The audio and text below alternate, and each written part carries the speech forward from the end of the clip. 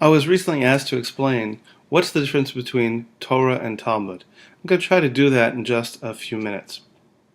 To begin with, we Jews believe that when Moses went on Mount Sinai, he really received two Torahs, so to speak. One is the written Torah that we know as the Chumash, or the 5 books of Moses, and the other was an oral Torah, or explanations of those 5 books and all the rules and regulations and understandings of Jewish life.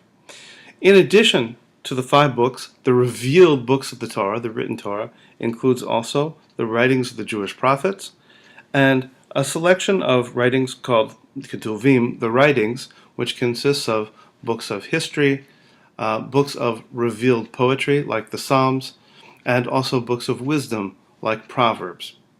And this constitutes the revealed written Torah. What about that oral Torah?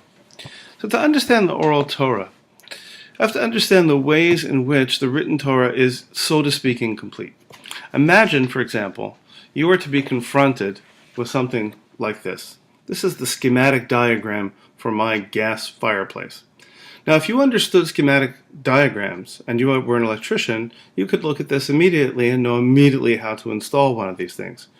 Well, I don't have that background, and so I can't do that. What I need is a teacher. I need somebody to teach me the system, to help me to understand what these terms mean, what these symbols mean, and with that, I'm able to actually do what I have to do.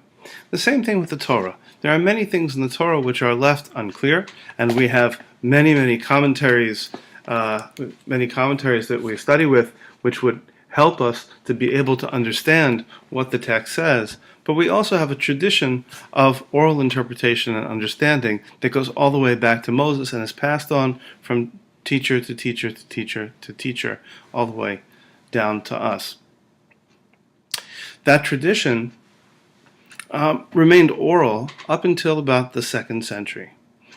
Once in the 2nd century, when the world began to be a little bit more unstable under Roman rule, the rabbis decided that it was time to start to write down the oral law. And that took a number of different forms. It took the form of midrashim, which are stories or narratives, really mostly on philosophical points in the Torah. There are also midrashim that dealt with law, and ultimately, the ultimate production of the oral law was the Talmud, a huge collection of the lectures and discussions of rabbis over a period of about 400 years, written really in the form almost of note-taking. Everything is written in very short form. Nevertheless, if you were going to study this 1 page a day, as many people do, it would take you 7 years to do it. It's a really big book, and it's really dense. There's lots and lots of things in the Talmud. Now, you'll hear sometimes about crazy things in the Talmud. Well, the fact is, the Talmud is trying to explore points of law. And so, in the process of the discussion, students and teachers will throw out ideas. Now, most of those ideas are rejected. Most of those ideas are going to be tossed out right away, or they may be raised and discussed and picked apart and analyzed and then thrown away. Or alternatively, sometimes they may be accepted. Right? Interestingly enough, the Talmud often does not come to conclusions, and those conclusions are really determined by jurists and scholars in later generations. But nevertheless, there's a huge amount of material in the Talmud. Now, all this interpretation, you might look at this and say to yourself, wait a second, this gives the rabbis an awful lot of power. Are you saying that the rabbis have the power to change the Torah? And the answer is no. Even though the Torah itself says that when we have a problem and when we can't understand something in the Torah, we should go to the scholars of that generation, nevertheless, the scholars have to follow very defined rules and protocols for interpreting the text. And when we look at the rabbis of the Talmud, we're not just looking at any rabbis. We're looking at people who are deeply steeped in the Torah and whose knowledge of Torah is really unsurpassed.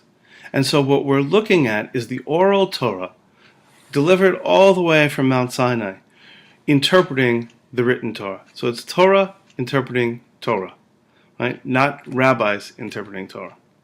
I hope that helps make a little bit more sense out of it. I hope that you'll take the opportunity also to take a look at a Chumash, take a look at the 5 books of Moses available on the internet, or you may also take a look at some of the copies of the Talmud in English, or in whatever language probably you want on the internet, and really look at the whole text yourself to see things in context.